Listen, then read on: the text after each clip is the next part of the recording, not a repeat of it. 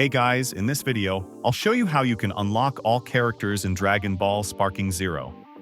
Alright, so let's begin with the video. First of all, to unlock all the characters as fast as possible, you can play tournaments to get Zenny. Each tournament gives you 160k or so Zenny per run, so you can use this money to buy characters from the shop. Now your goal is, how do you do tournaments as fast as possible? Simply, make sure that the match type is on single battle, and also put the CPU on weak. Once you've entered the tournament, hit the opponents out of bounds as fast as possible to win the match. For example, you could do World Tournament to do this, and then get lots of money fast. After winning the prize, you can go to the shop. Now, the number of characters you'll see in the shop will depend on your player level. At player level 10, you'll get most characters. Then at player level 20, which is the max, you'll get Goku Black and Fused Zamasu.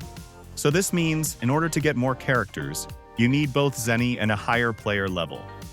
You can increase your player level easily by playing each character's story through episode battles and tournaments. Even What If episodes can unlock characters as well. So by playing these, you'll enjoy the game while you level up a ton and earn Zenny.